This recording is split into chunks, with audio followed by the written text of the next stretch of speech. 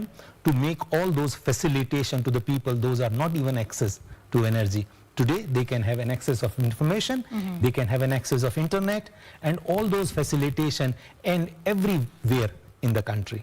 So that's why this is important. Right. And how accessible is this equipment for installation as well as maintenance as well? How affordable is even the maintenance bit of it? Very good point. The reason why I talk about affordability is a very clear topic, because if we are not making sure that the life is long, if we are not making sure that cost is not affordable, Vananchi cannot pick very easily. Most important part is serviceability. Many equipments, those are in the entry level, they are plug and play. So no technical need is there as far as know-how is concerned. But as we go further on, there are ways and means where Kenya Renewable Energy Association is identifying right technicians and making sure they get this as their own affordability life. So it is a business opportunity for our people. If I'm I'm just taking this as a very good example, that this energy is now bringing so many opportunities for employment. Not only job, but even as an entrepreneurship also. People are getting opportunities for themselves. People are getting ways and means to earn their bread from this side. So those technicians are also getting trained and certifying. And then they are available everywhere. So these are the ways how the affordability and life of the equipment can be maintained and sustained. You've mentioned the technicians and the certification as well. Do you think that there's sufficient say human resource to handle this sector as well as the demand maybe that could be rising right now? In fact, the demand is rising definitely at a very leap and bounds, because everyone is looking for not only starting that energy, but at the same time expanding further. As I mentioned, that light is not only the limiting factor. Now people are going for TV, people are even going for productive use, some personal meals, some saloon items and all, those need electricity. So when I say our people, our engineers, our technicians per se, they are all getting a lot of opportunities to learn the technology. We as an association are also providing so many programs to train our technicians, and our not even technicians, the people those are willing to learn, become technicians. So many TVET institutions shaking hand, joining hand together with KEREA and getting those kind of skill set in the country. And that is what our ambition is, to ensure that the serviceability would never be a challenge everywhere and anywhere in the country, but at the same time know-how in the form of finding how we can optimize, which is very important to expand the life of the equipment. So with these elements, we are ensuring that we not only create awareness, but at the same time technical opportunities through TVET or through various other ways.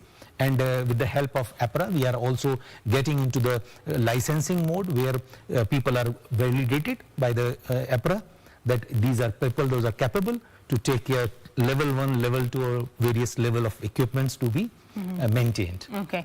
You mentioned APRA, and I remembered the regulations that were set just the other day, quite some uproar around that.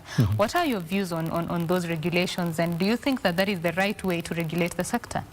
Okay, you know, it's always been challenged when we talk about putting some compulsions, because then the jitteriness comes in and people start getting away.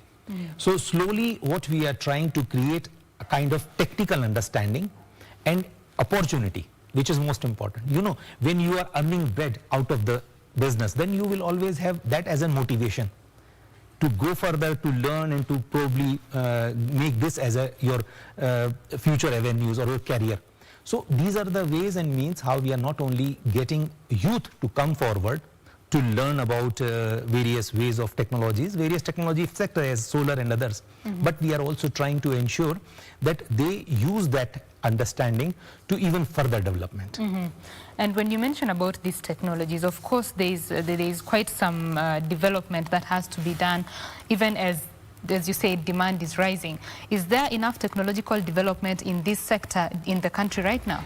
Betty, very good point, because now today we are very much dependent on importation, but now very many companies are coming forward and bringing the indigenous development, the local development, and we have skilled manpower who can take this kind of challenge. Research and development is still very limited and very little in our country, but I know that the way we are progressing further, our youth, our engineers are bringing so many values and making sure that our manufacturing would take further lead. I always encourage as a chairman to my sector that please make an avenues in our country where we could indigenize the product. Those are very suitable for our own conditions, but at the same time, our youth get imparted in that process, because then they know that this is our product and this is how we are going to take the next step. There are few companies, those have already started the assembly activities in the country, but I encourage more and more companies to come forward and bring that value, that local manufacturing, but at the same time, the way you mentioned, research and development, which is going to make sure that the development of the product would be completely suitable to the need of the country and to the need of the people. Of course, one problem that has marred research really across all sectors is the lack of funding. How does the funding or the investment in research and development look like in this sector? As I mentioned that there are global companies available to sell their product in the country. So sometimes it becomes complicated. But I know that academia is very active in this regard. We encourage local industry to participate in this research process, and we are also trying to bring as CAREA various ways and means how we can cultivate this habit of research and development. What is most important, why you know that invention is always the journey, and then in that case, if you do some research, it has to be converted into production. Yes. If it is not, then research is parked for no meaning and no reason. So in that case, we encourage industry to come forward and invest in the research and development. So we are already running this program where we shoot this kind of a project to encourage our youth and use that development to convert into product and sell across the country. So this is a long journey. I am hopeful that we will be there very soon. But yes, you have made everyone to think around that line, and I'm sure that we will be successful soon. Right. How about the government support now for this sector? Okay. As I mentioned that this is a government mission to have a universal access by 2022. Yes. Unfortunately, we were being lacked in this last Finance Act, where there was an imposition of VAT on solar product, which was not there. You know, there are people, those are far from Nairobi or far places where they can't even generate little money. If they were being imposed that extra cost, then we are actually making this product unaffordable to them.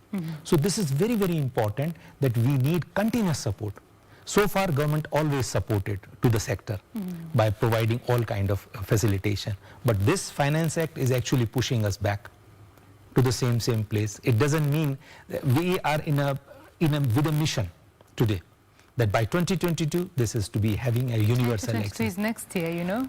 That's the point. And at this moment, when you are about to reach, when you are at a finishing line and you've been told, stay here, then you can understand that how painful this would be. So private sector is trying to knock to the door of the government, trying to appeal to the government that this is the mission which we are doing as together, because this is an objective in the interest of the people. Let everyone get connected, let everyone would be having access to energy. Then probably if people are looking for luxury, it is understandable. This is need. Today they need light. Today they need access of energy, which we cannot extend by extending the lines, because difficult to take cables all over the places. Where a solar system which is so handy and can be taken anywhere, and then you can use for various means and ways. So you are generating wherever you are, whether you are in Ireland, whether you are on the hill, or whether you are at a very tough place, solar energy is generated there at that place, and then you consume. Whereas extracting line would be biggest challenge. So in this particular regard, I'm appealing again through you and through our viewers that let our government understand that we as private sector, we as an association, we as a renewable energy sector are working towards people and for people, and this is a mission of the government. So why not we are together? Just at a finishing line. This is 2022. We started this journey when we were about 25% access to energy. Now we are almost 80 to 90% level. So it means that now we are almost at a finishing line. Why we are not finishing that at least approach? So we need that support from the government, and we have already explained our perspective to the government, and we have already explained to all the representatives of the people even. Okay. So parliamentarian and everyone. So I hope that they will understand and they will appreciate. So there is more that the government can do to ensure that the policy environment is favorable, you know, to the uptake of solar. Correct, correct. Right. You mentioned the issue of clean cooking, ensuring that people can access clean cooking. Kenya, most of the rural dwellers use wood fuel, so to say. Wood fuel. So what are you doing to change this narrative? Yes, you know, as far as efficiency is concerned, wood fuel is not, which is 100% perfect because of the kind of the things which are coming out, whether it is ash or whether it is fumes and other things, which is harmful. Second thing is now sector of renewable energy is working on the briquettes. They're working on the waste which is actually meaningless but having a very good octane value. Finding out more energy, more heat energy with a very little fuel and no fumes, no ash, so no waste. So these are the ways how those new clean cooking stoves are being equipped for. And you can use inside a small room very easily, whereas you know when you burn the wood with some wet wood or whatever, you will find that whole of the room is completely not to be stay in that room. So these are the ways how we can use that, and that is very, very affordable. I can tell you price-wise also, it's just access. If people do have an access of right technology, they are going to be very comfortable. And I'm sure that with the support of the government, we will achieve that mission. All right, and how easily can you really convince a Kenyan who maybe normally just goes to their farm to get firewood that they can now spend this money and you know, have a better cooking source, so to say, or cooking energy? Yeah. Very interesting that we in Kenya, we always believe in environment. We always praise that plantation is very, very important. Tree is like a family. And when we cut tree, because we find that free is not something which is appreciable. So we have to cultivate that nature within ourselves and really appeal to the people that when you cut one tree, how much harm you are extending to the environment. And this is not free. This is taking more precious resources what you are losing by cutting a tree rather than using waste to convert to energy for clean cooking stove. So it's just a matter of creating awareness. KREA is always been there on that direction to ensure that together with our members, we extend that kind of campaigns. And definitely we have got quite a good success because quite a good acceptability is there to convert waste to energy.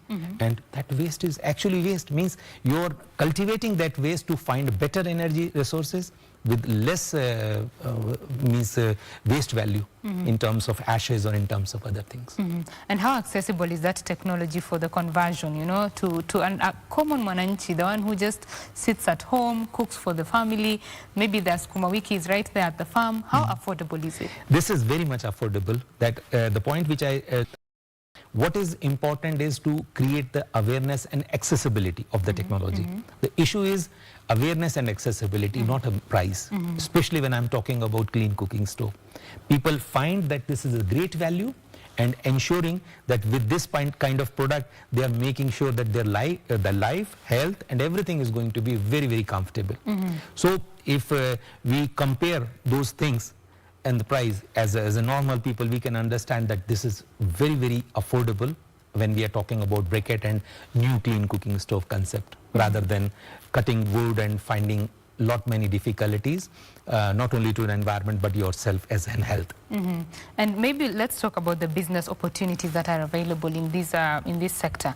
For instance, for people to access these technologies we are talking about, there needs to be a seller, you know, a person who is selling these technologies. So how easy is it for someone to venture into this as a business, and the access to finance bit as well? As I mentioned to you, let me start from first point, which is what is good for the people at large.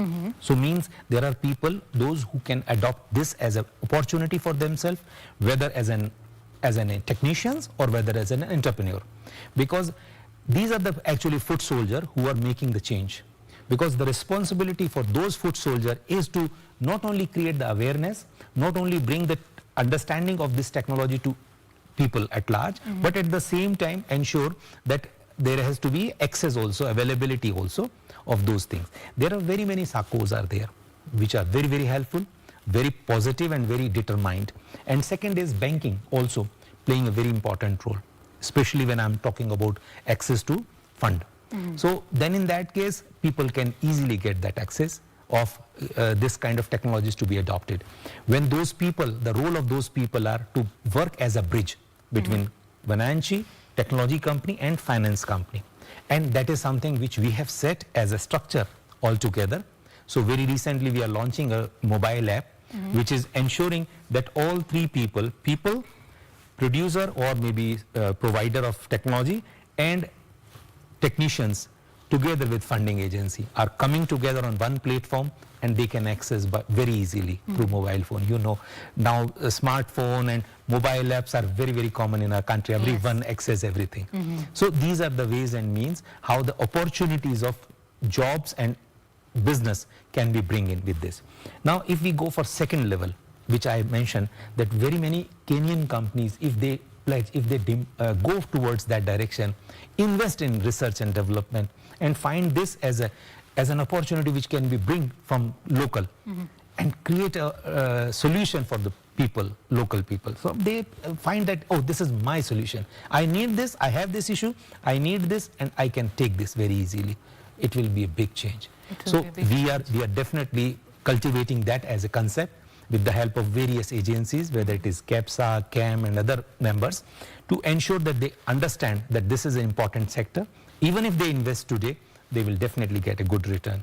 But we need a support from the government to ensure that with the right structure, we will get everyone motivated. Right. That is Engineer Kamal Gupta. He is the chair of the Kenya Renewable Energy Association. And here we are just talking matters renewable energy, how you can ensure that you have maybe solar energy as well as clean cooking energy in your home. Remember that you can join the conversation on Twitter. It's at KBC Channel 1. I am at Betty Kiptum.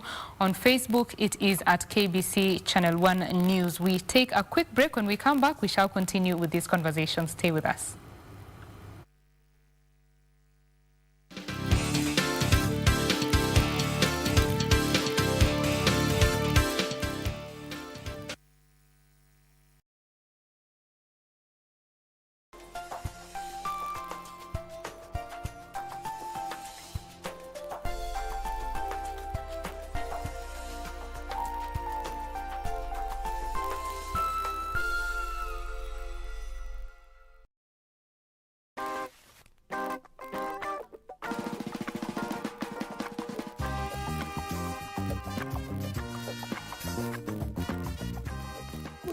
Kwa mfano ndani ya matatu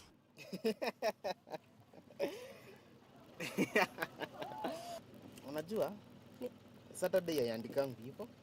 Ni nini wewe? Yaani mtu mzima na miaka zake, hizo miaka zote, mtu hajui kujua kuandika note. Note tu peke yake. Kusoma kweli inasaidia. Kijana, nini nakusumbua na mimi? Nauliza ni ungwana. Don't you dare insult me, okay? Mama Angel, Don't you dare. Oh, please.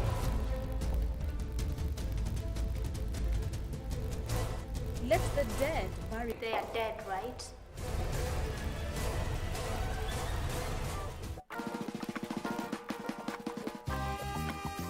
This weekend, on KBC Channel 1. Wiki hii kwenye Mkulima tutajumuika na vijana wa Huruma.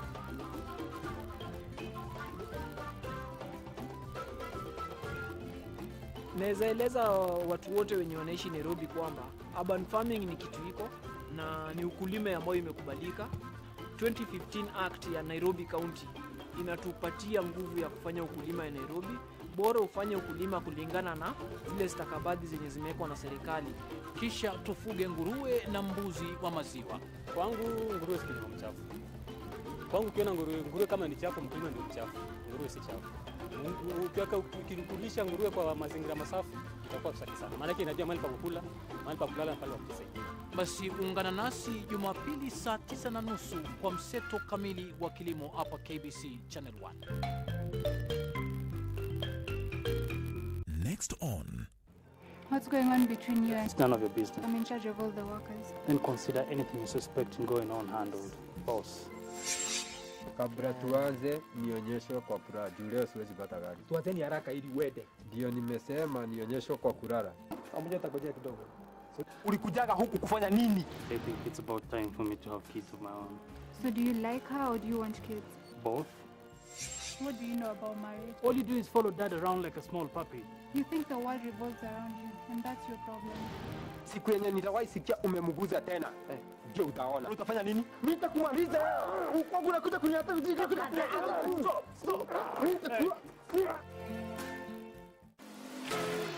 Good afternoon, ladies and gentlemen. And the drama begins. Like, what the hell did you put my stuff? Ding dong. You stupid monkey. I want my clothes back. Oh, just shut up. Sarah, where have you been? In the sky, of course, sitting on the moon. Or what do you think? Too bad you've got me, so make the best of it. Shapu kishafua na supu ya nyama. Hiyo ni yete. Kamene? Cassandra. Palanta guidance. Omera, shut up. That was my time, Farah Hersi.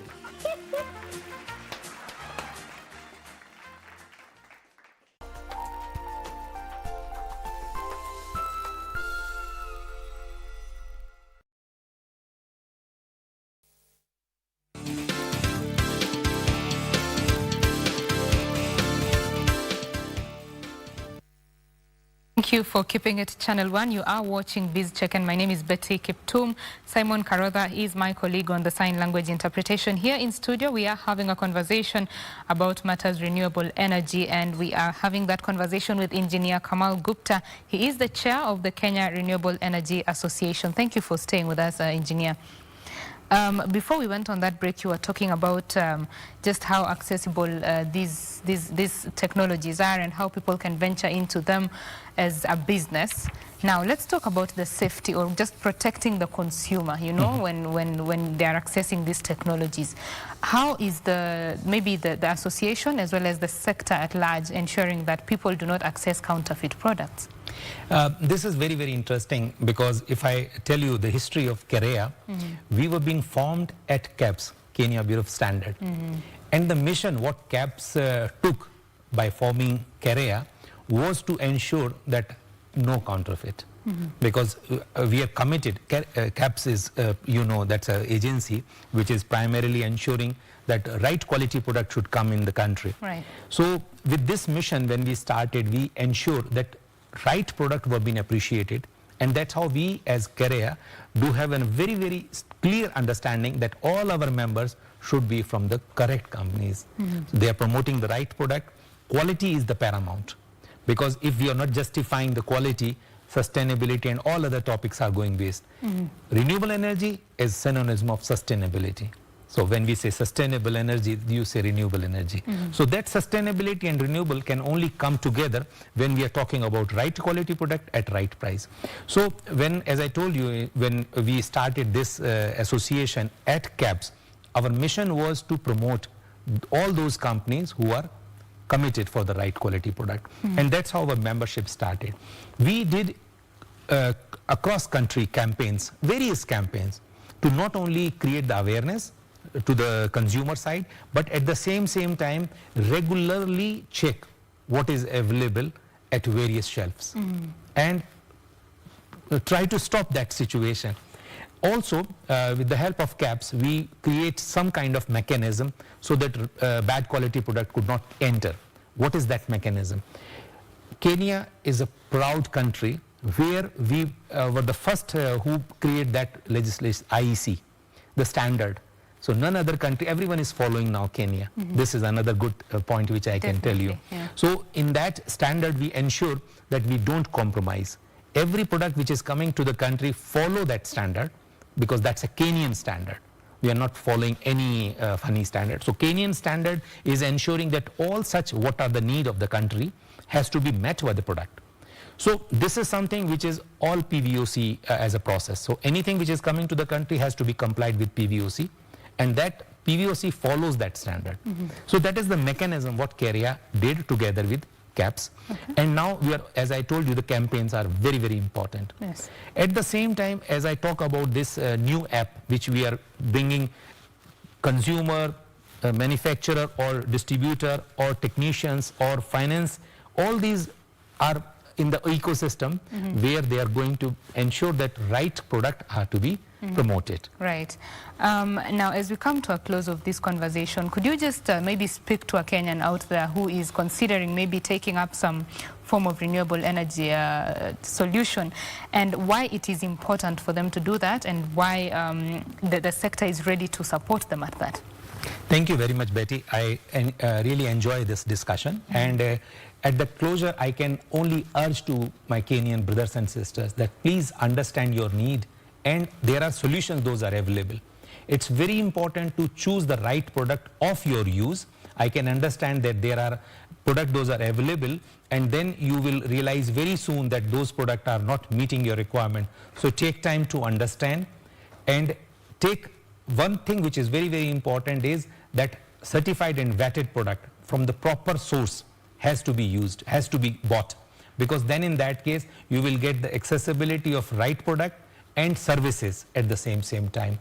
We as an association, we as a team are ensuring that we have right product in the country, but still it is something which has to be justified by the user, because sometimes there is a gap between need and the proposed solution. So it is very important that we understand and we match that what we need and what we are in offerance. So when we have this understanding, we are going to get the best solution for ourselves, and we can enjoy, because renewable energy solutions are long lasting and affordable, and those are actually technology which are going to be very, very well suited to our people at large. So once again, thank you so very much. Thank you very much, Betty. Thank you very much for according us appreciate time. This particular topic to be Asante discussed. sana. Thank you very much. Karibu. I think that's a great way to end the conversation, and it was great having you. Thank you. Thank you very much. Asante. That is Engineer Kamal Gupta. He's the chair of the Kenya Renewable Energy Association. We have been talking about renewable energy and why it's important for you to look at this as a solution to your energy needs, as well as even the environment, ensuring that we are saving our environment and keeping it clean. My name is Betty Kiptum. We take a quick break. When we come back, we shall be talking about matters poultry farming. How can you venture into that? What are the challenges facing this sector? If you are a person who is in that sector already, you can get in touch with us with your questions as well as your comments. We will be back with more. Stay with us.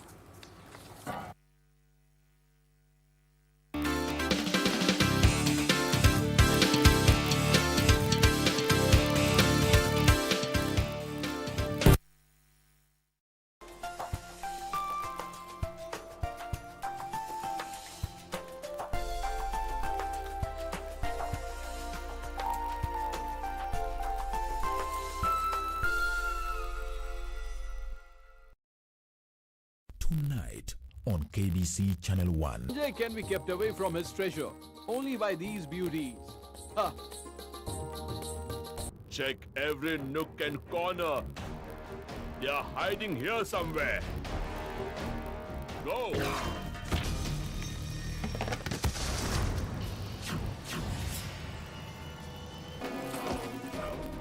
Did you help Ashok? Arrest them all! Tonight on KBC Channel 1.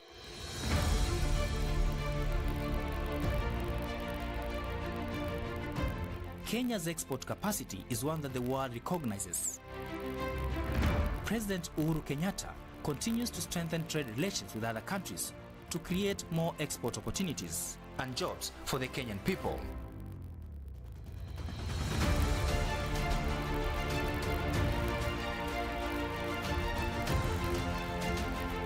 This week on Project 254. It's been really a good thing that happened to Kenya by going to the bilateral agreement with UK. Tukipata hiyo market itatusaidia juu tutapeana alafu tushughulike na kazi zingine za nyumbani. With incentives in place, it will be much attractive to export to the United Kingdom. On the next episode of hamtanivunjia nyumba. Mutarudi zenyu kule mashambani. Sasa mwenye nyumba alalamiki. Wewe ndio kimbelembele chako. Kinachokulalamisha nini?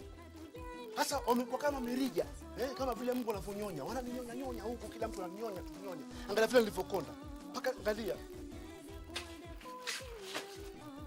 Hey, uncle. Unaitwa mnatoka mnaenda. Funga sheni mwende. Nazungumza na nani?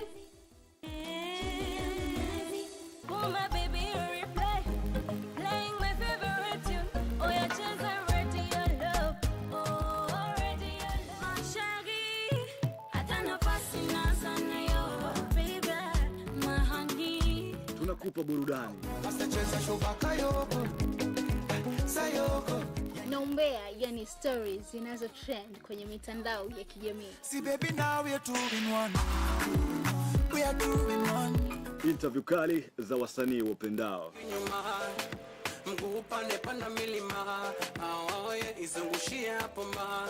Kama Ndani ya March of Live kupitia KBC Channel 1 na Pwani FM. Kuanzia mida ya saa 3 mpaka mida ya 5 kamili asubuhi. Ukiwa nami nite Ken 1GB. Mimi ni Marco. Keep it locked. Malewa.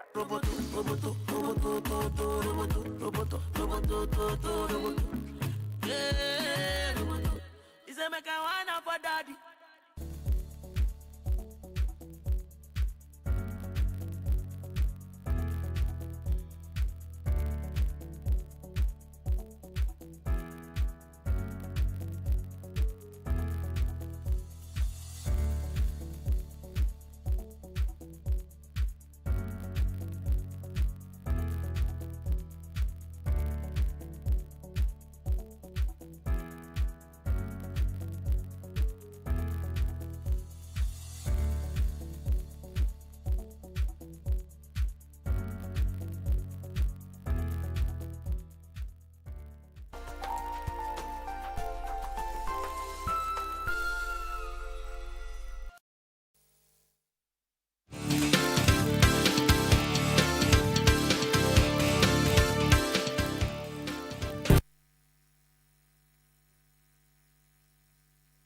Welcome back to Biz Check here on KBC Channel 1. We want to take you now to Biblical House, where the clergy is having a presser on the state of the nation. Let's listen in on that.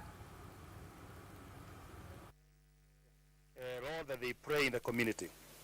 And this will be a very welcome gesture given by the government. But on the same breath, we want to address ourselves to the Kapendo killing.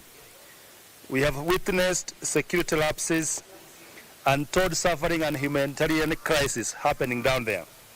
And our question is, why the cycles of insecurity? Who are those fueling such animosity amongst the communities? And we are saying, irrespective of the political standing, then those that are behind this must be dealt with decisively by the government and once and for all. On the political scene, we have seen the political class is on the loose and could lead this nation into a state of anarchy. We note that despite the presidential directive banning all the political and roadside gathering, the political class from both divide have shown open defiance and to civic order and exhibited unprecedented impunity. This could erode the gains made in the fight against the COVID-19. The political noise is so loud today that Kenyans hardly make sense of what the politicians are saying. The level of energy witnessed in their campaign, if directed to meaningful development of this nation, could lead this nation to greater heights of development. We know that churches had to forego the New Year night vigils, commonly known as caches. The churches have also forgone the open-air crusade in full compliance with the guidance given by the government and the Minister of Health. And we're asking, how come the government is unable to obey its own directive, but demand the ordinary Kenyans to comply? We demand civility in our politics, tolerance to divergent opinion, and fidelity to the rule of law. On matters BBI, we are saying that Kenyans are still stranded at the station, despite being told that the train has left the station. But we note that with now the signature correction and verification concluded, the referendum amendment bill now sits at the 47 county assemblies. And we want to address the members of the county assembly. You, the members of the county assembly, must arise to the occasion and debate soberly, knowing too well that history will judge you lightly or wrongly. You must ask the hard questions now. Listen to Wajiko keenly. Debate in the document giving you the control of 5% of the devolved funds should not compromise your integrity on the way you vote. It is such moment like this that your leadership counts for this nation. We are asking you never fail Kenyans. Kenyans will be listening to the quality of your debate, either for or against the proposed laws. However, it is good to note that the stand of the church remains the same. Our views were not and have not been included in the document. Until all Kenyans feel included in the BBI, the BBI will remain a document and not a guide. It will become a registration, but not the soul of the nation. Those breathing now, due to the exclusion, will continue to do so post the BBI. The winner takes all will firmly be entrenched in our laws if BBI passes.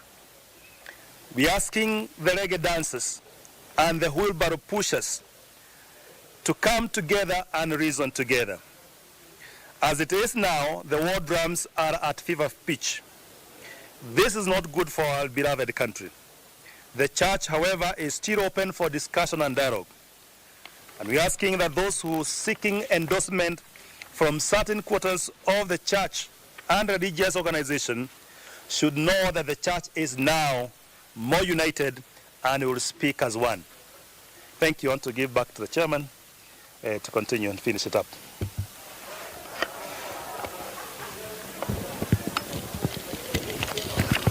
On matters school children, we want to appeal to Professor Magoha, stop speaking tough and act.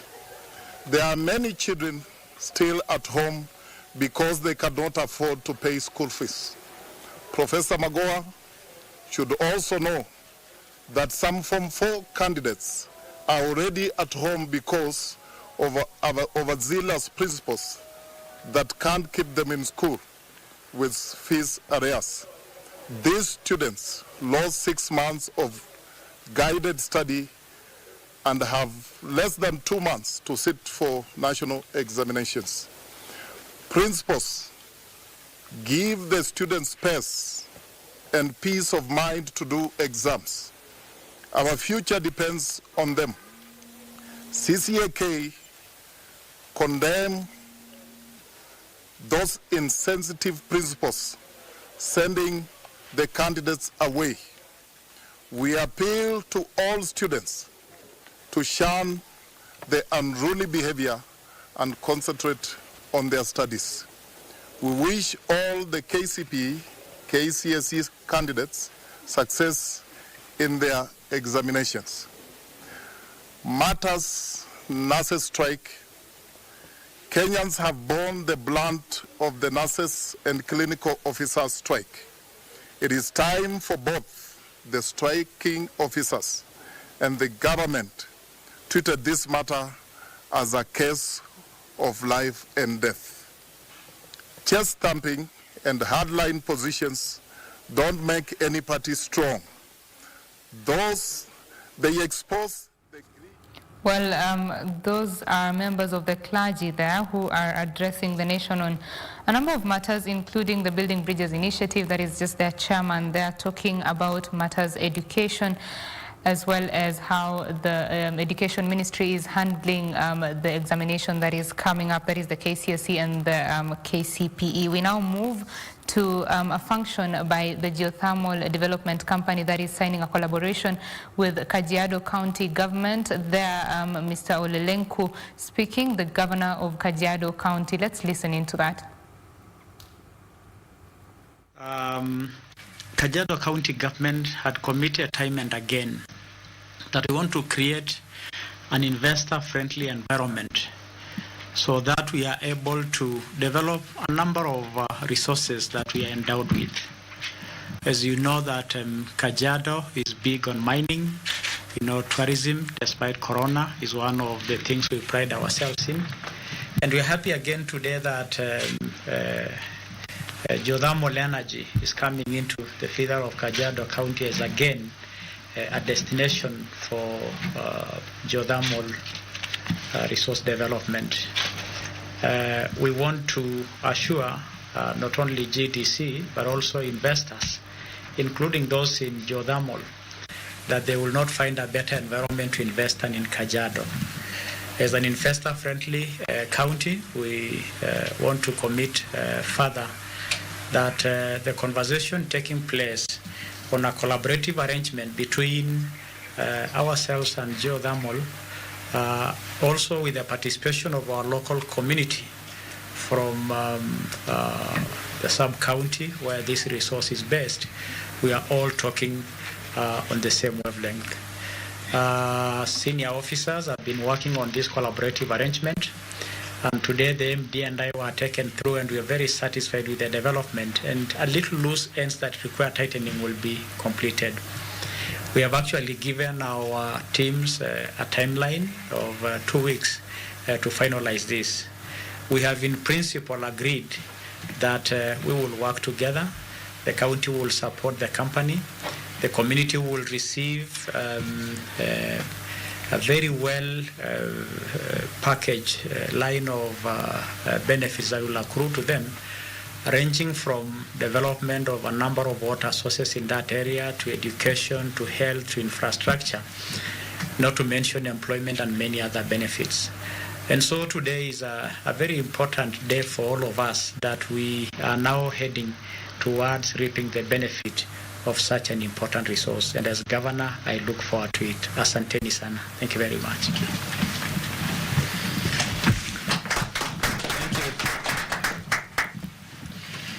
Kajiado County Governor Joseph Olelenku there addressing that meeting with the Geothermal Development Company on a collaboration between that company as well as the Kajiado County government in harnessing the renewable energy resource, that's geothermal energy to be specific. And they are saying that GDC will ensure that in giving that project they will also support the community, providing jobs as well as building a number of institutions there as part of community support. That is what we have for you from the field. We now come back to the studio here, and we'd like to have a conversation on matters poultry farming in Kenya. Are you in this kind of business, and would you like to venture into it? This would be your time to listen in. In studio, we have Mr. Chris Webo. He is a project manager of Hatching Hope Kenya. That is a project by Haifa International, as well as Zachary Munyambu, who is a poultry farmer from Kiambu. Welcome on set, gentlemen. Now, let's just start with you, Zachary Munyambu. You have been in the business of poultry farming. Is it as easy as just buying the hatchlings, so to say, 1,000 of them, and getting started with it? Okay, thank you, Betty. As you have said, my name is Zachary from Kiabu. I'm one of the farmers who do the poultry farming in this country. Regarding to poultry farming, we have various types of chicken or poultry. We have the commercial layers, we have the broilers, and we have the kienyeji.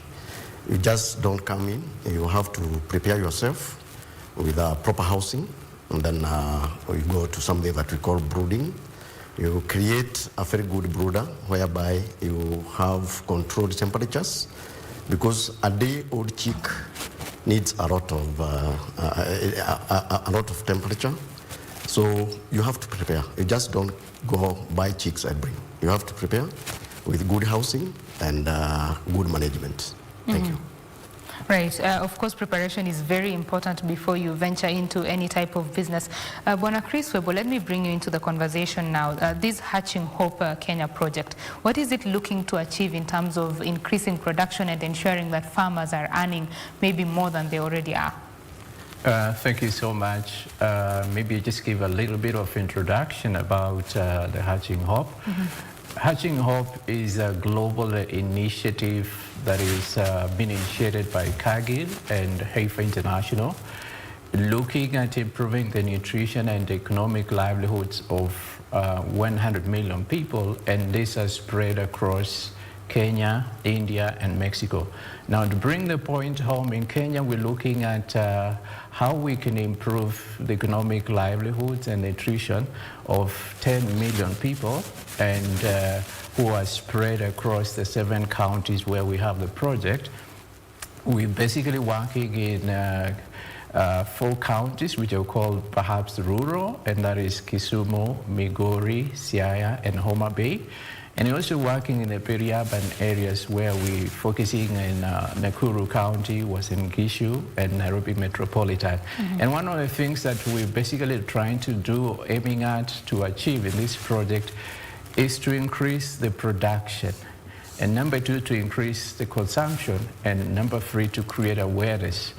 And last but not least is how do we synergize or bring in the private sector in what we're calling a market systems development approach.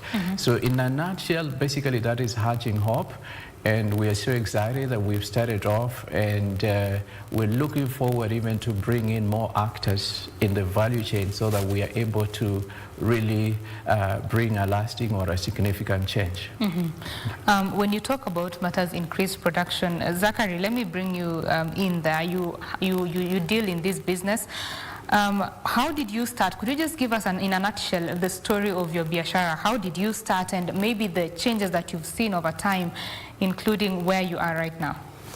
Okay, thanks once again, Betty. I started practicing poultry farming when I was still in high school.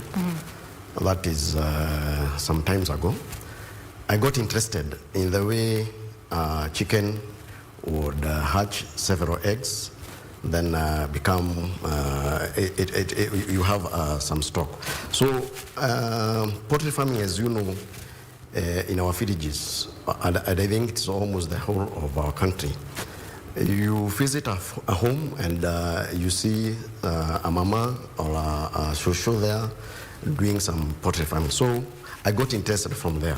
Then that was, I was doing kienyeji by then. But now, later on, I did it as a commercial. So when I got some capital, that's when I got interested. I wanted to ask those who are doing their farming how I can start it up, and I got some help from a role model. There is a good farmer from our Gatudu area, and that is the guy who told me what to do and what to prepare, how do I prepare my house. And from then, I did the commercial layers. So I can say that this is a good venture. Once you start it as a business, you get to matters serious farming, and I can say without a big problem that when I started, I have really witnessed a growth. That's why I have been having my school fees and whatever the daily bread. So I can say it's a good venture. So kienyeji also can be of good help to people at the village level, because as you know, white meat is a good source of protein, and a lot of hotels and the supermarkets are doing they are looking for suppliers for the kienyeji. So in a nutshell, I can say that chicken farming is a good venture, and I want to encourage those young people who are at village to do it, practice it, and it is ready. It's good that we continue supporting even those who are doing the kienyeji at the village levels. Thank you. Right. Chris, let me ask you about a point that Zachary has brought up. Of course, he says that he started as non-commercial, really, at the beginning, and now when he got capital, that is when he transitioned to the commercial bit of it. So what does it take for farmers to now, because most farmers just do subsistence chicken rearing, so to say, what does it take to move from that to now a profitable business? Thank you. One of the things we've done and just established is that for you really to do what I call commercial production, there is a minimum number of birds, and we're looking at about 150 or so. So any farmer that is keeping anything less than 150, you're basically doing a hobby, if I'll call it. You're not really doing the commercial production of chicken or poultry as such. So one of the things we're trying to do is to help our farmers come together and take advantage of what I'll call economies of scale. So we group farmers together into what we call produce organization, so that they are now able to put their resources together and therefore be able now to invest in poultry production as a business. And that investment requires that they also look at now what are the factors of production that they need, how can they source them, and because they come together in a big number of, we work mostly with about 1,600 farmers that have come together into what we call a produce organization. So these are the smallholder farmers who've come together, but now looking at producing chicken on a commercial basis, not just as a hobby. And we think that this is the right way to go, because we realize that individually it's a bit difficult to scale up unless you have some other resources somewhere. And then again, when it comes to aspects of aggregation, aspects of marketing, you may not be able to sustain that particular demand that may arise if you're doing it as an individual farmer, not unless you're basically a big commercial farmer. But we realize that most of the farmers we work with in the rural communities are those that are medium scale and small scale farmers. Thank you. Right. You've brought up the point of just collaboration and working together as farmers. Zachary, as you were scaling up your production, what challenges did you encounter, and how did you go around them? Because as at now, are you still just an individual business person, or have you just collaborated with other farmers? Okay, thank you. I think as my colleague said, when you are doing poultry farming, it's good that you come together, because, for example, most of the supermarkets and most of the big hotels, they require consistent supply of eggs or meat. So if you do it alone, a time will come when you realize that you have run out of stock. So it is good to form a group, or you come together. And exactly that's what we have done as farmers from Kiambu County Poultry Farmers. We came together and formed a cooperative called Kiambu County Poultry Farmers, which now has like 700 farmers with a capacity of almost 800,000 layers. And the same people are also doing kienyeji and broilers. So when it comes to matters eggs, you must have consistent, because supermarkets will not come to you, or institutions like schools. You have to supply in time, and you have to supply the required quantities. So doing it alone, as my colleague said, might be a big challenge, because you know we have a lot of chicken and poultry diseases, And a time will come, maybe you have your stocks all swept out. So it is good that you have a group. For example, what we do is that we have formed a WhatsApp group.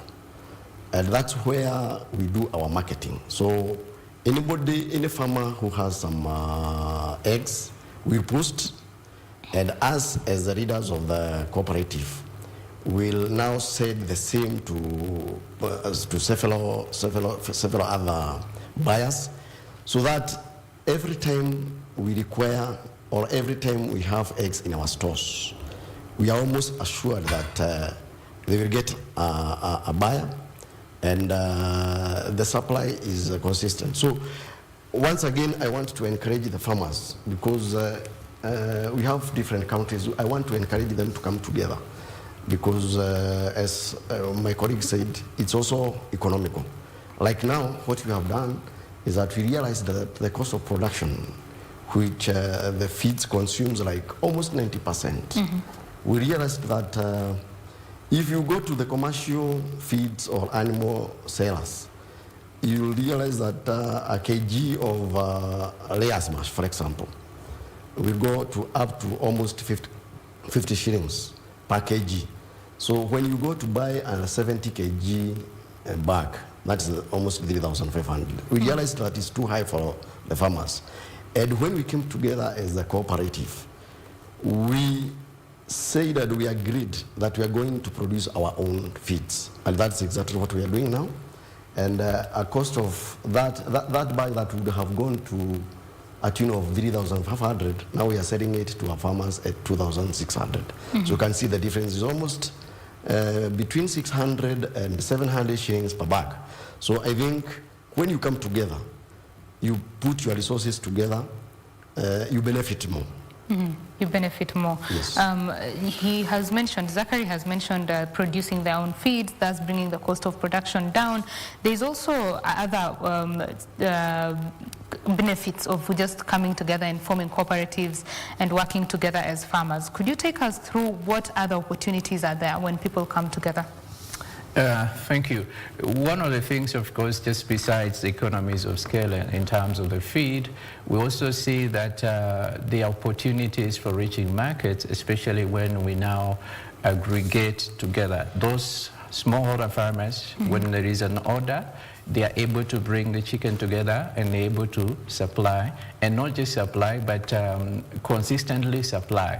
So that's one of the benefits. The other thing also, we're seeing that it creates an opportunity now for the produce organization or for the farmers that have come together to do business directly, say with a feed miller, to do business directly with the suppliers of vaccines. And therefore it opens up business opportunities, and as those business opportunities come along the line, then you realize that the cost of production is also tremendously reduced, because then the producer organization will be able to purchase this in bulk on behalf of the farmers, and then be able now to distribute it or have now the farmers cab. So those are some of the benefits that accrue for farmers coming together. And we've also seen that when we look at now addressing issues of input like day-old chicks, the same thing would also apply. When we look at issues of finances, and especially, which is also a challenge, because most smallholder farmers will tell you we can't increase our flock size because we don't access finance, we can access capital. So when they come together, one of the things we've been able to do in the project is now to link them to the financial institutions. Now, when we link them to the financial institutions, we're telling them that come here, look, these are the numbers we're dealing with. So this gives you a business opportunity. If we present to you 40,000 smallholder farmers and you're a financial institutions, and these farmers are organized, it becomes very easy to deal with them, because then you'll just be dealing with the leadership. And therefore, even if you are to advance some credit or some input, you are sure that definitely that will be repaid. So those are some of the advantages, I would say. And how about access to maybe government services like extension services, information about the sector, and maybe growing their businesses? Is that easier in a group? It is easier in a group, but one of the things we also must admit is that extension has been a challenge, and because when you look at the government extension system, there have been challenges of personnel and all that. So one of the things we've done is that we have come up with a system, what we call a farmer-led extension system. And the farmer-led, basically what we've done is we have identified farmers from the community, and then we build their capacity to do extension service on behalf of the produce organization, because we believe that if we are going to increase the production of poultry, then the extension system must be up to date. And we realize that in the counties we have limited staff and of course the challenge of resources. Therefore, for us we said, if we are to do this thing right, then we need an extension system that is farmer-led. And when it's farmer-led, it becomes easy for a farmer to learn from another farmer and therefore adopt. So we have trained what we call community facilitators. We have also trained what we call community agrovet entrepreneurs and linked them now up with the farmers, and of course with the support of the county government, because at the end of the day we believe that there should also be that linkage. So that is how we're able to look at issues of extension, such that at the end of the day we know that as much as the government is putting in this kind of efforts, we know that our farmers are directly reached. And that information, whether it's production, whether it's vaccine, pest and disease control, they're basically taken through. Because that's the only way then that if we sit back and say we're expecting to increase production, then we must look at those systemic challenges. Yes. Zachary, what has been your experience in terms of access to these extension services? First, as an individual business person when you were just practicing alone, as well as now in a group, how has it been? It has been a big challenge. When I was doing poultry farming as an individual, I would only rely on private veterinaries or those services, because the government ones, either they are in the office or they actually are not accessible. You go to the offices, you tell them whatever problem you have, they start complaining about fuel and the like, they don't have a car to come to your place. So those are the big problems that we are facing as poultry farmers at our farms. But when we formed a group, we can say that the government now can hear from us, because when I complain, I don't complain as Zachary. I complain as a director or as a leader of a certain group. And they normally come very fast. Though still we need them to be on the ground. It's not a matter of us going for them. It is them coming for us to know what exactly is the problem on the ground. Because when we keep on calling them and requesting them to do whatever, to come up with a solution, it becomes quite a challenge, because various farmers have different problems, and they need, they need to compare the managerial practices of a certain farmer with the other. So it's good that groups, when they come together, the government also identifies a person who will be taking care of that particular group. Because if we just leave it at that, then you go to the office of this public or whatever, then you realize that you may go there, you find the officer that you are dealing with is no longer there, either has been transferred, and that now comes to an end. Because the relationship that you had with that particular person, when he's no longer there, where he's transferred, then you have to go for another. And you saw sometimes they are, I can say sometimes they are rude, because they will tell you go to the person that you are dealing with. So that's where we have a challenge with the government officers. But actually, currently now, as a group, we can say that things have changed. All right. We now want to take you, just disrupt this conversation. We want to take you to the government spokesperson, Mr. Cyrus Oguna, is giving a briefing there. Let's listen into that. Well, that is, we are waiting for the feed on the government spokesperson who is giving a press briefing. Let's listen in to that. Right. So my urge and appeal to you, members of the Fourth Estate, is to consistently communicate about the containment measures to combat COVID. But today, we are here not on matters COVID, though COVID is with us. But we're looking at various issues that have been happening around our Mandera region, which I'm sure by now we are all familiar with. You know, there have been skirmishes and confrontations in Gedo region, that is on the side of a neighboring country. And as a government, we have expressed concern, really, because of some of these skirmishes do lead to panic and fear of our people in Mandera town. But they also do lead to displacement of civilians from a neighboring country, Somalia, who often flee to Kenya for asylum and even for refuge.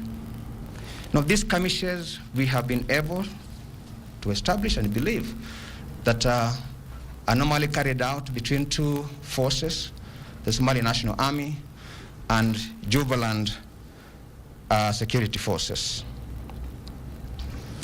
You are aware that a couple of days ago, there were similar skirmishes, but I must report here that the town of Mandera is currently calm and peaceful, and socioeconomic activities are going on as normal.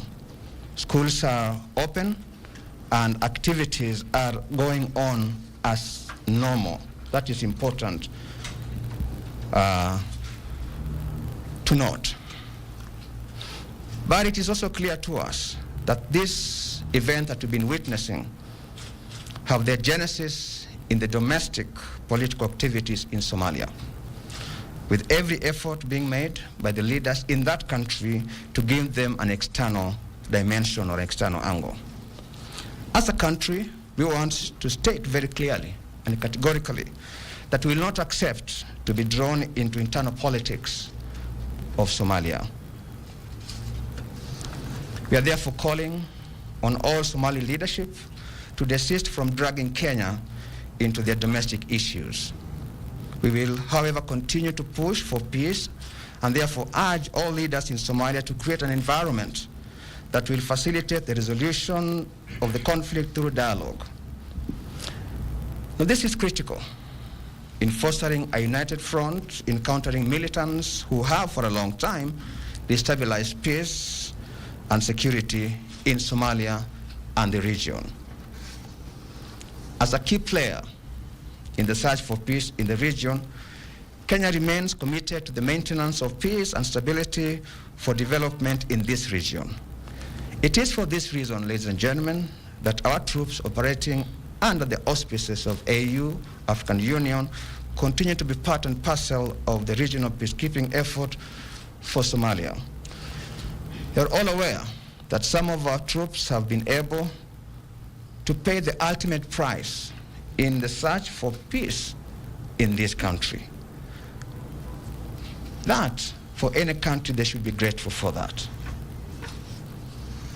We, as a country, have never spared any effort in trying to find a lasting solution in that country.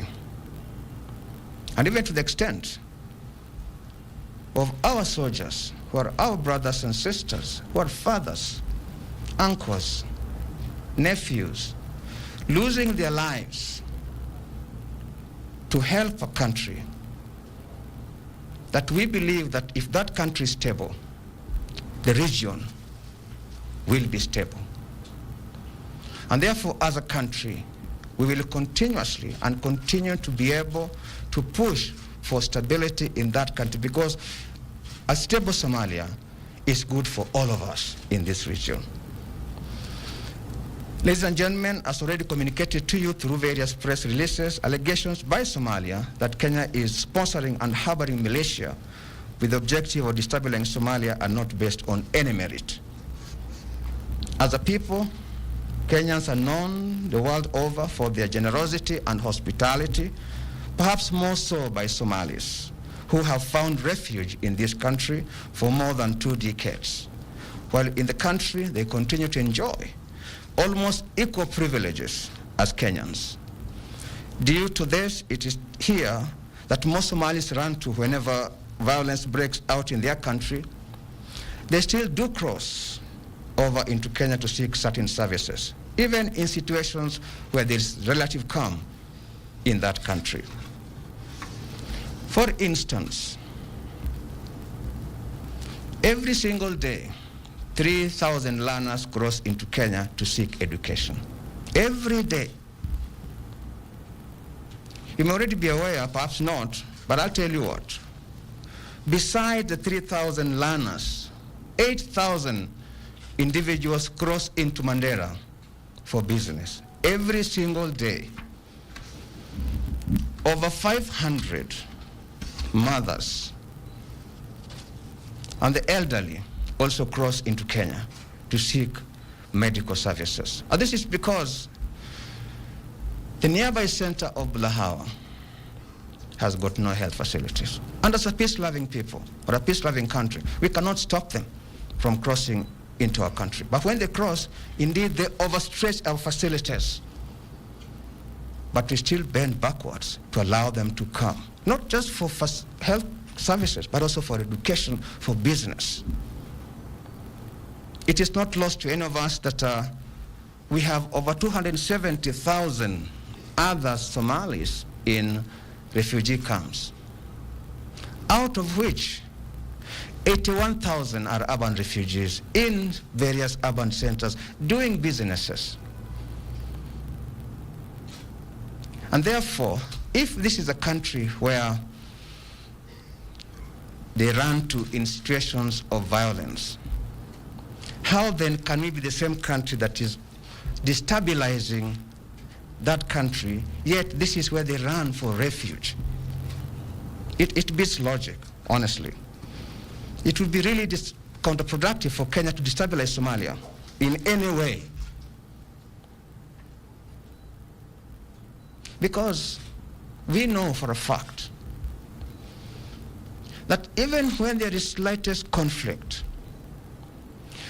or when there is famine and starvation, this is where they run for food, for treatment, for education, for pasture, for any basic requirements. And whenever they cross, they are not denied services. They are treated in our hospitals, like I did mention. And therefore, there is no merit whatsoever, even logic, for us as a country to organize, to destabilize a country like that, whereas here is where they run. Because if we do that, where shall they run? They'll run here. And therefore, it is important that when a country is thinking about its foreign policy must take into account its nationals who are in the diaspora. That is common logic. So, in layman's language, you can say that you cannot necessarily begin to accuse the same hand that feeds you.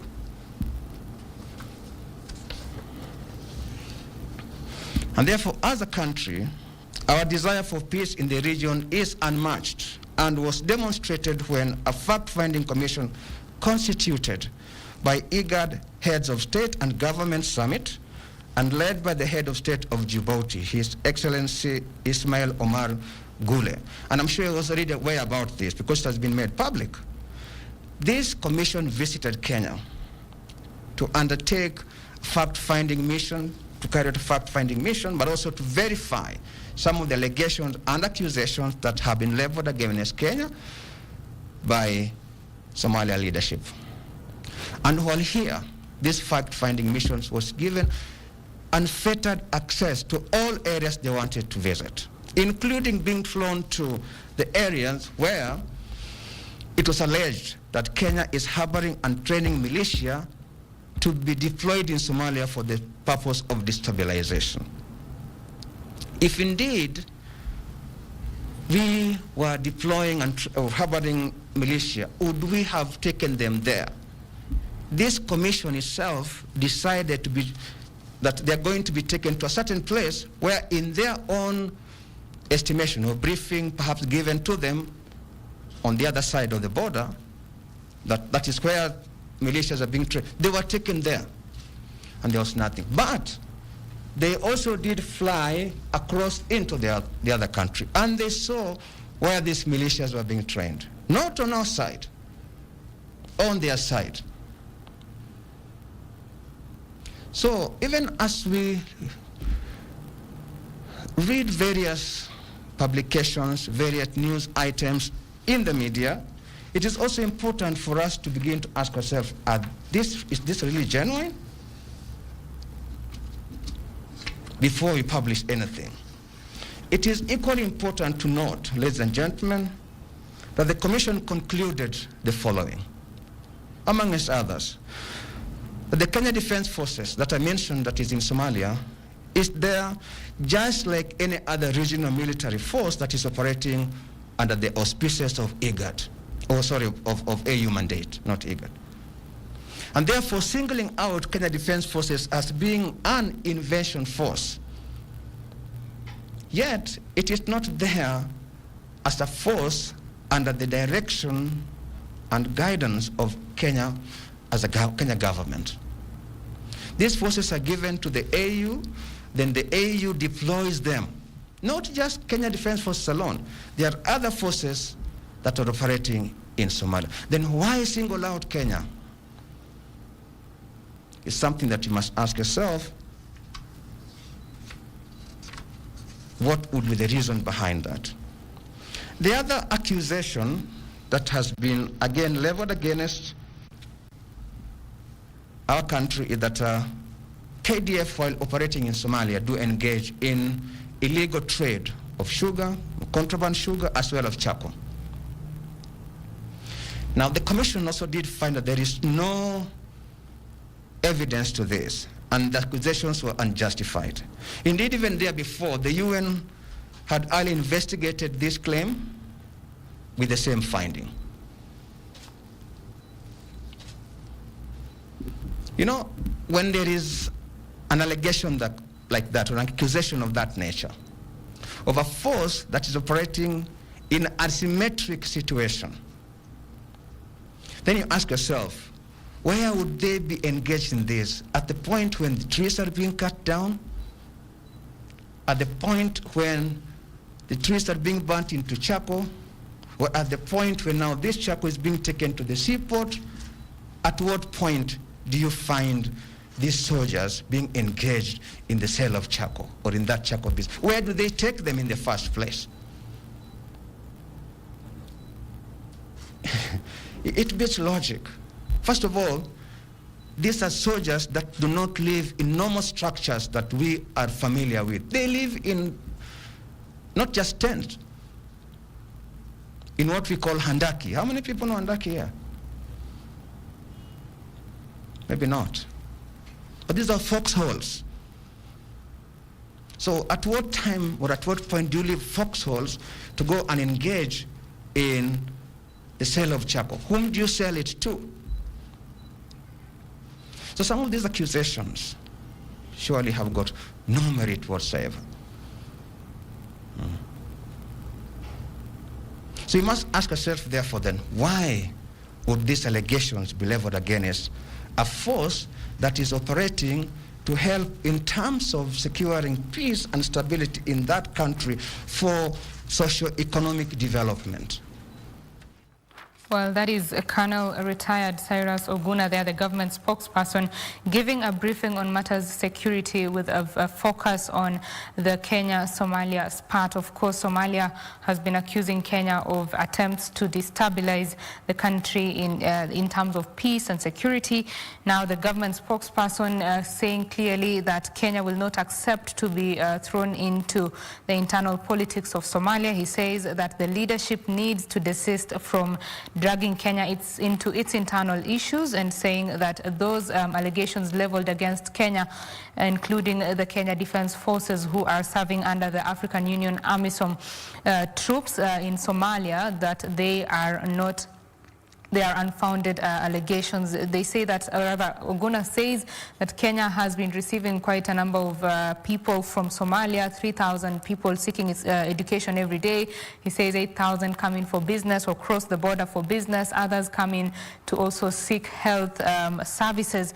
And he says that when Somalia is thinking about its foreign policy, it needs to consider the diaspora, or rather the Somalis who are living in the diaspora, specifically Kenya. Of course, that is a story that we shall be following up on, and the details of that and more shall be brought to you in our subsequent bulletins. We now come back to the studio here, where we are having a conversation on matters poultry farming in Kenya. And to give us this conversation is Chris Webo. He is a project manager at Hatching Hope Kenya, a project by Haifa International, as well as Zachary Munyambu, a poultry farmer at Kiambu. Before we joined the government spokesperson there for that presser, we were talking about access to extension services by farmers, and Zachary was giving us just his experience of how he as an individual business person accessed those, or rather found it difficult to access those services, and as well as after joining a group now it is much easier for them. But he says there are still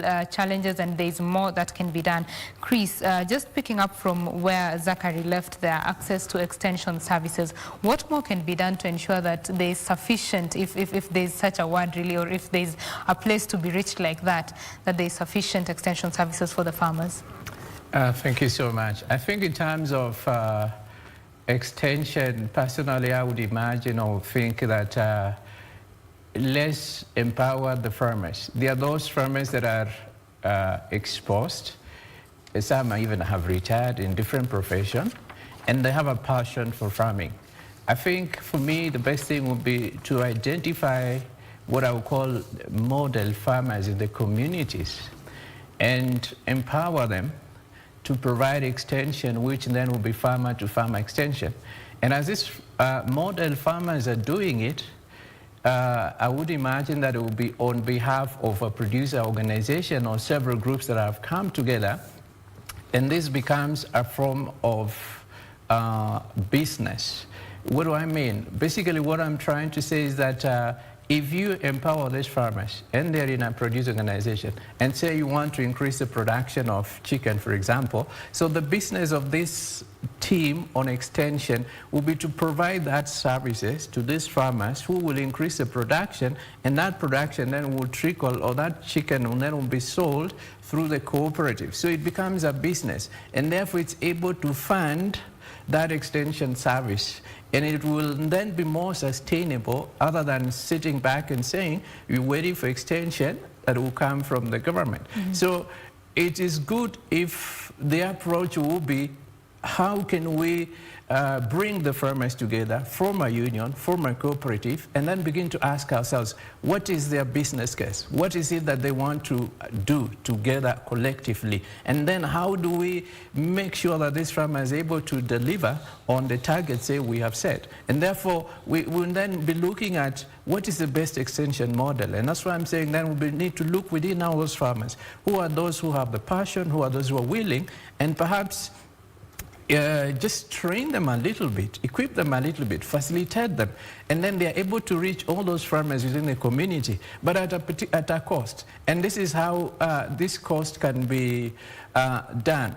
You know, when you're looking at poultry, for example, and I'm looking at 1,600 farmers, it's not easy for an extension person to reach all this. But if I have this who have been trained in extension, they reach those farmers, and these farmers, when the poultry is ready for market, they bring them to the cooperative, and the cooperative sells on their behalf and receives a commission, and that is a commission that then will support and facilitate this extension farmer to reach other farmers. So it becomes more of a revolving or a sustainable process. And I think that will be a better approach, other than saying we will wait and we will be supported. And you look at it from a commercial perspective, that then becomes a cost which is absorbed by the producer organization, but at the end of the day, this cost is subsidized by the revenues that are going to be generated by the increased production of poultry, which then is marketed, and eggs.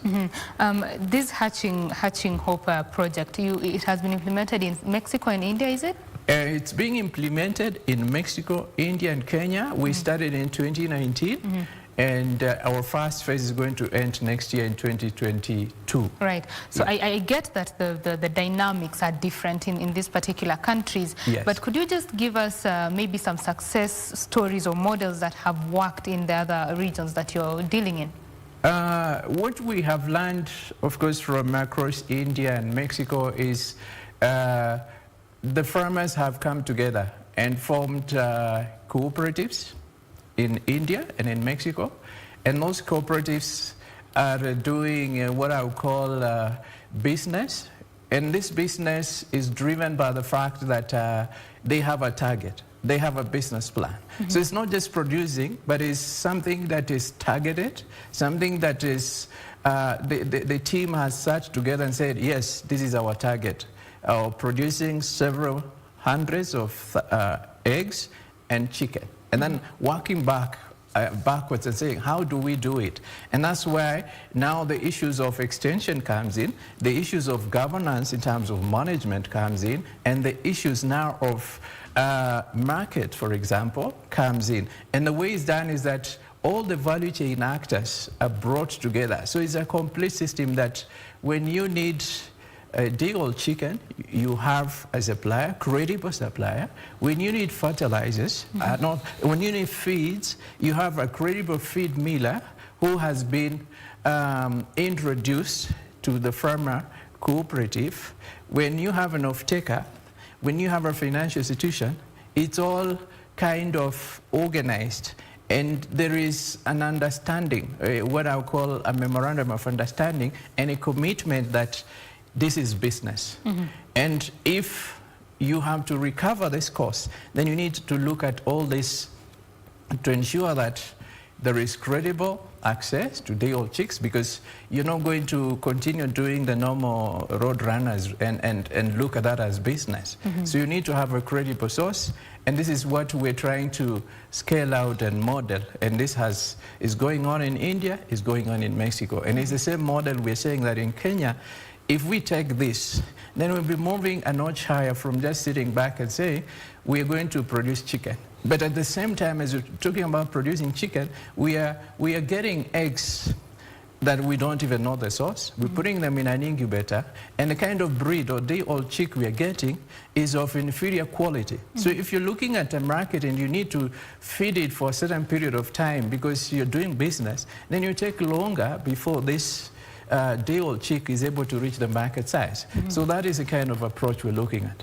Right.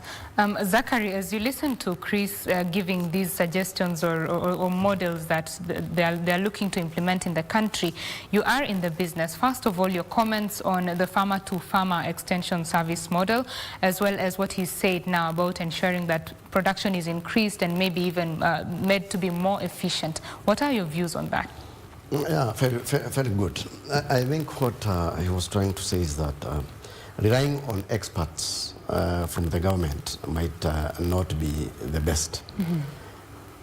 Like in our group, we have farmers who have been in this business for more than 30 years. And I think it is only good to give them a chance to educate and train those who are getting in. And at one time, Chris mentioned about the retirees. Somebody at 60 or 70 comes with some capital. He's not very sure where to start. Okay, the experts are not available, but the farmers are there for such a person. It's good that we engage them. When they form a group, we identify those who are experienced, those who have more, who have done the poultry in a better way, so that we can now get something from the group and give them maybe something small for maintainer. Something else is about the group. When you are doing your own, when you are having your own experience, some of these diseases that are there, you just find that they are just there because of mismanagement at the farm.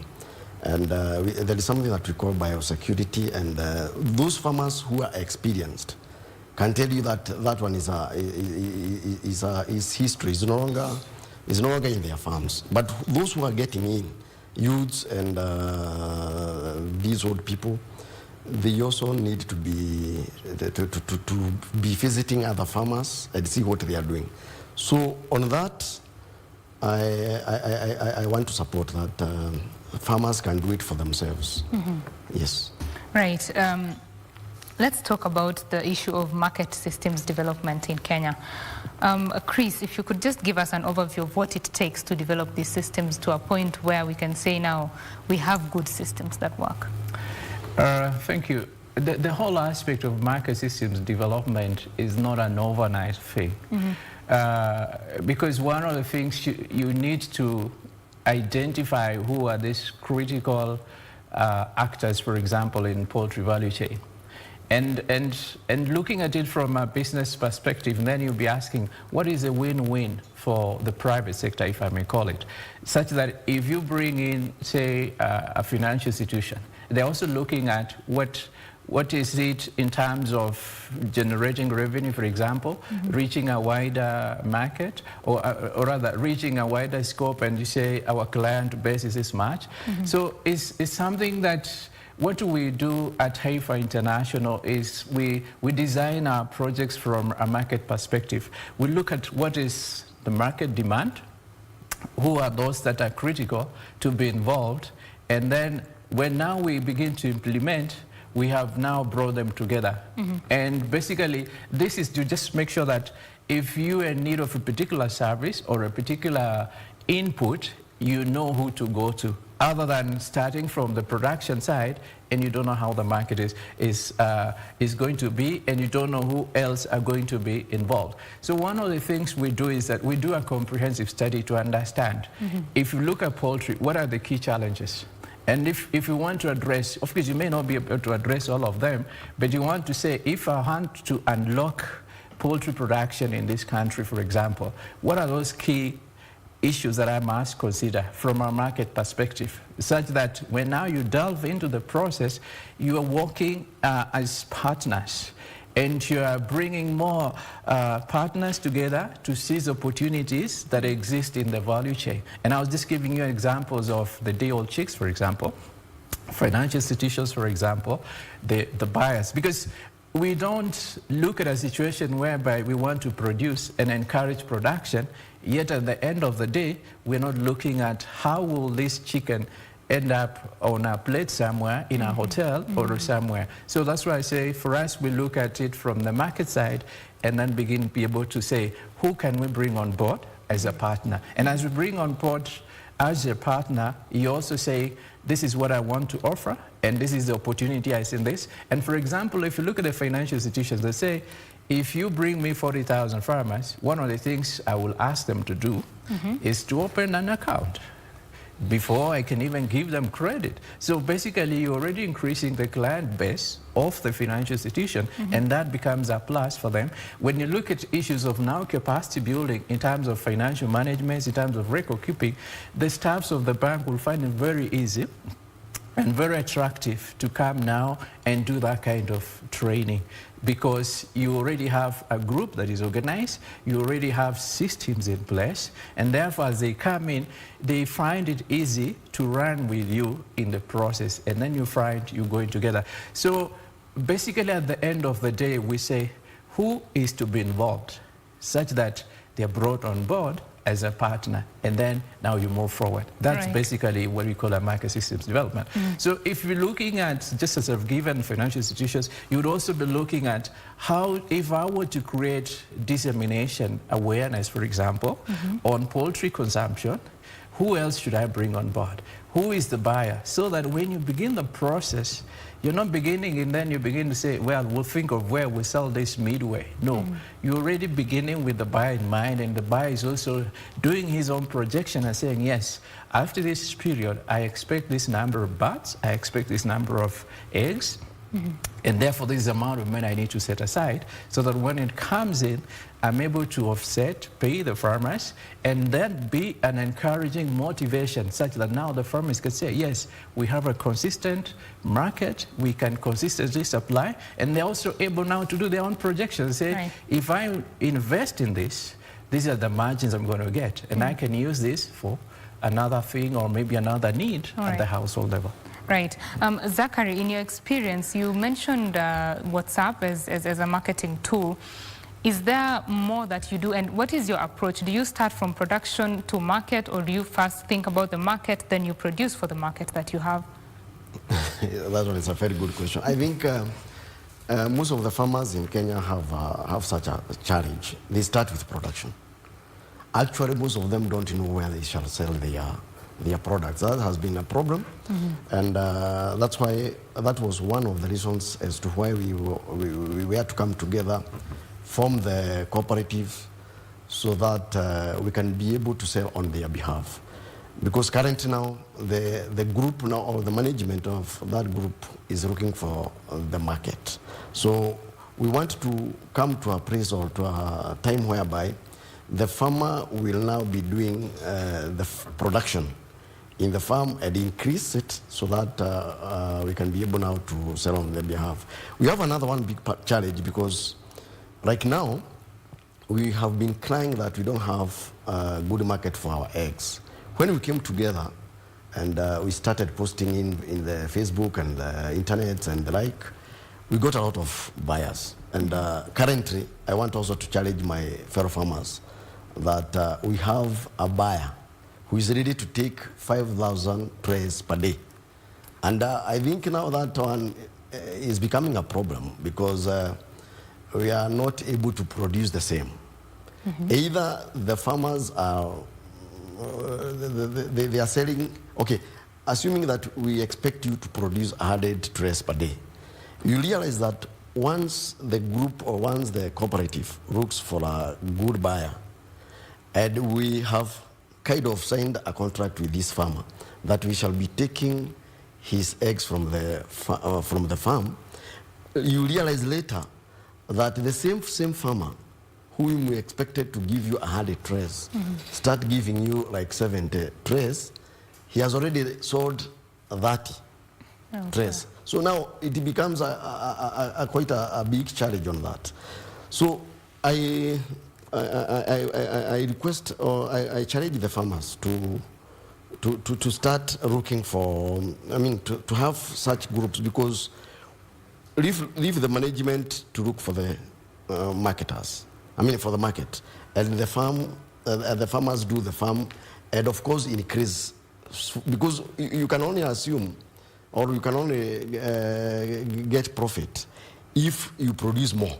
Because now, if you have 100 birds and somebody else is having like 20,000 birds, the labor force or the time that's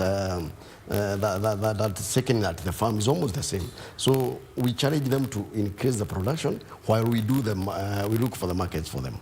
Right. Yes. Chris, as Zachary has brought it out, there is the market and there are farmers who are ready to produce, but there's definitely a gap in between there. So just give us an overview of, say, the role of technology in even connecting these from the production side to the market side. Thank you. One of the things, and this is what we were discussing yesterday in the launch, is how do we make use of technology? And this is because there is production, there is somebody seated somewhere, and there is now lack of connectivity. And that's why I said that when you're looking at market systems development, then that is the opportunity. You need to bring that buyer on board, such that you're able to work together. But however, not that withstanding, what we're trying to do in this project is embracing technology in terms of we're looking at how, for example, how do we aggregate the demand for feeds? And what we are saying is we're investing in technology such that a farmer in the village will be able to send an SMS to the officials of the cooperative and say, this is the number of bags they need for feeds. And at the cooperative, by use of technology, they are able to collect the requirements and then consolidate it at the end of the day and then now share with the feed miller. And the feed miller will tell you, if I don't have an order for 5 or 10 metric tons, there's no way I will dispatch my truck or my lorry because it's not economical. So that is how we're trying to make use of technology, that the farmers can be able to consolidate by sharing an SMS with the producer organization management, and they consolidate that, and therefore they're able to get the volumes that are required and send that to the feed miller.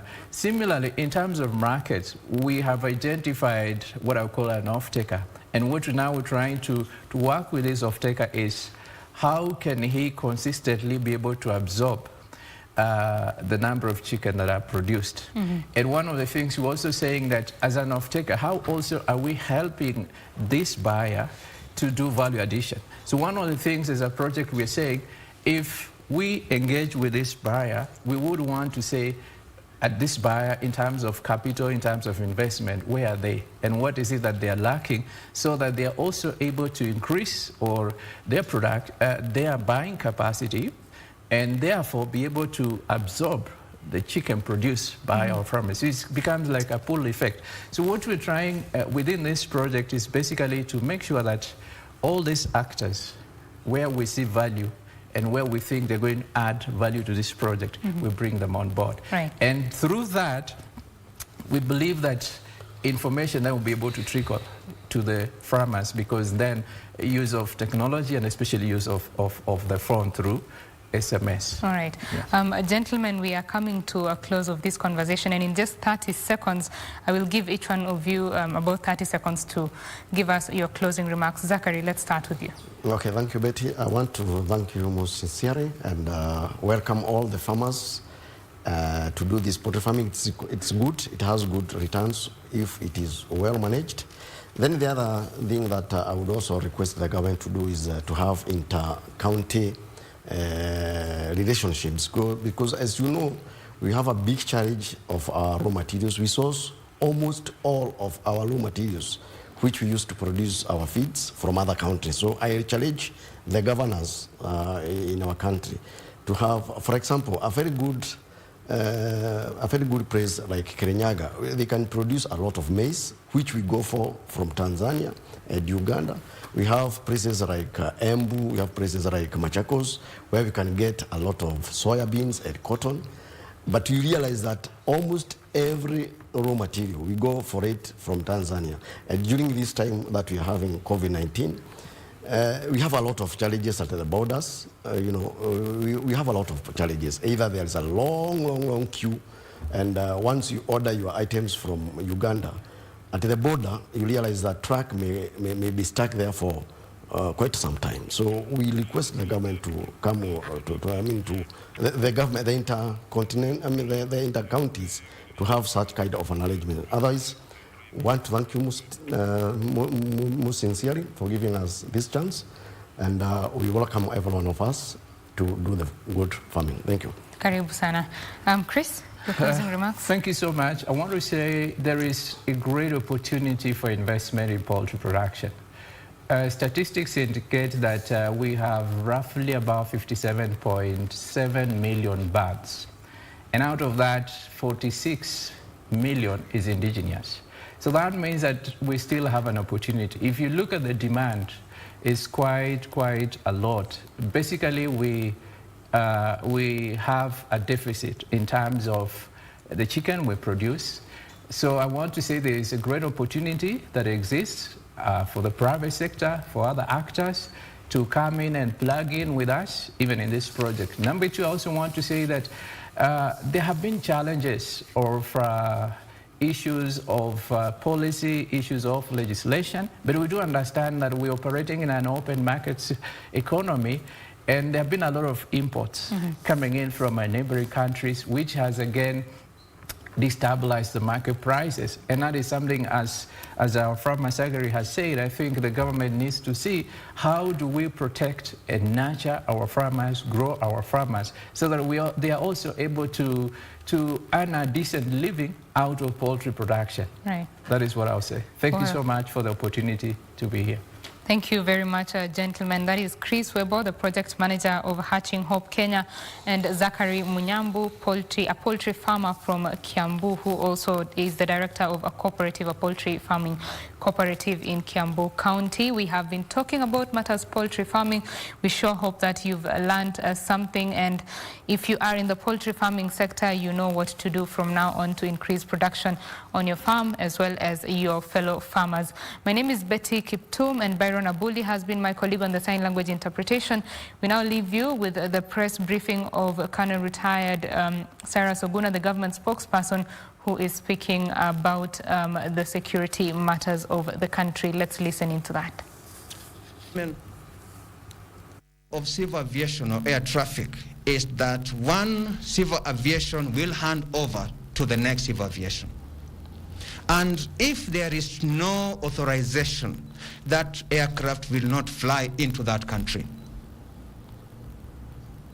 That is the truth, and that is what is the fact. So, my friend, madam, all I can ask is that they must be having a reason for why they want to put in something that they themselves, because civil aviation that clear that aircraft to fly is their own, right? So it goes back to what you're saying from the very beginning.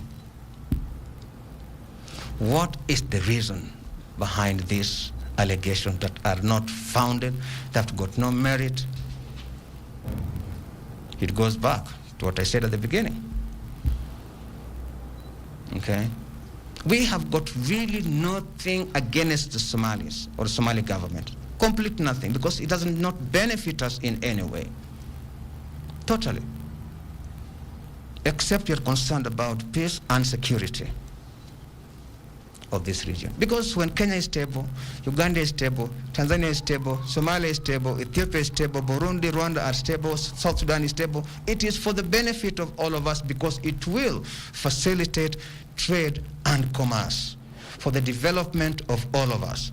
But when one of those is unstable, there's a sense in which instability, finds its way into other countries, because there will be movement of arms, illicit arms, from that unstable country to these others, right? So it is in the best interest of all of us that all these countries are stable for economic development of this region. Any other? Yes or where? Well, thank you.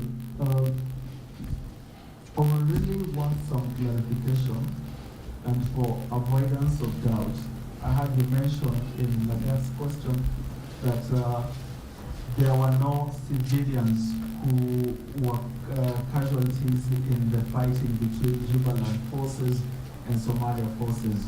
So I would just like you to tell us that, just to be clear on that for avoidance of doubt. Secondly,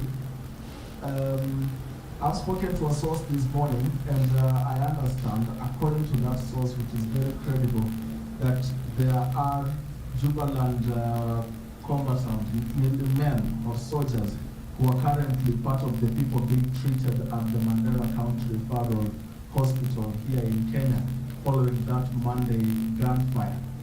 I would like to know how exactly we take that, but first of all, if that is true. Then, after he was overthrown, the minister, Rashid Janan, whom our country is being accused of aiding in fighting Somalia, he said to have found a hiding place in Kenya. Sources in Mandela are telling us that this was specifically in Bokolo area, where a KDF camp and some of the soldiers have been hiding there until Monday when they went for the fighting, and some of them were captured in Somalia. We saw those video clips being round of some of the captured soldiers, and others are said to have come back to the country. Mr. Oguna, my question would be, and for avoidance of doubt, can the Kenyan government say that Mr. Abdulrashid Janan is in Kenya? Can the Kenyan government say that it is supporting, or rather it is abating Mr. Janan? Can the Kenyan government say for a fact that the soldiers, unlike to Jubaland, have not been in Kenya? Can we say for a fact that these soldiers are not, those who are injured, are not being treated in our facilities? And if they are, then who is actually catering for their bills back there in Mandera on our soil? I think that would be the question that will also help us figure out a lot of more other context. Thank you very much. There are three things. The first one is about the presence of Abdul Rashid Jainan. And I can tell you, again for the avoidance of doubt, that Abdul Rashid is not in Kenya at all. We have got no reason whatsoever to harbor him here. We have got no reason to even support, if at all he has got militia, because he does not help us in any way. The other question that you did ask with regards to casualties as pertains to civilians. And I did mention that there is no Kenyan civilian that was affected, either through collateral damage or stray bullet, which again, contributes or, comes back to collateral damage. That one is clear. No Kenyans, and I'll repeat that again for the avoidance of doubt, that no Kenyan was affected in the last skirmishes. Now, regarding whether forces are being treated in our facilities in Mandera, according to Geneva Convention, that any injured soldier, that is according to convention, can be given medical attention not only by the forces that have caused that injury, but by even any other force that is in that neighborhood. Right? So when injured soldiers cross to be given attention, according to that convention, we are bound, because we are signatory to it, to be able to provide medical assistance. So yes, I am aware that 18 of them did cross, not as fighters, but as people who are injured in a conflict. And we are bound by that convention to provide assistance on humanitarian ground. We have done that many, many times, not just between these forces in Somalia, but even other forces elsewhere. Even when you're out in UN missions, we do that all the time. In the 80s, 90s, when our neighboring country in the West had issues, we did the same. And therefore, it is not necessarily unique or inappropriate, because this is what is done globally in line with the Geneva Convention.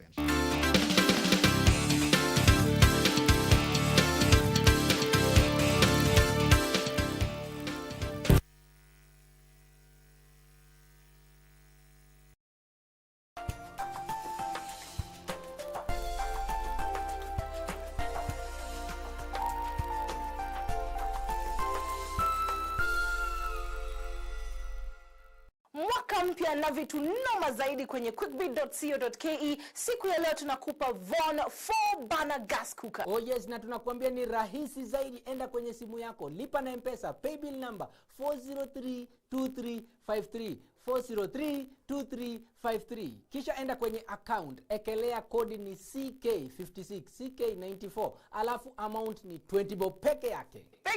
Alafu kumbuka utaekelea pin yako. Hivyo ndivyo utakuwa umekelea bid kwenye quickbid.co.ke. Ni bidhaa bora zaidi kwenye bei ya nini? Chini kwa chini. Chini kwa chini. Jiunga na Quickbid ni rahisi. Enda kwenye M-Pesa, bonyeza paybill, kisha weka business number 4032353. Kwenye account, weka kodi ya bidhaa unayotaka na bidi yako ya chini zaidi. Kwa mfano, TV 16. Kisha weka shilingi 20 tu kama idadi yako. Weka bidi yako pia kwenye www.quickbid.co.ke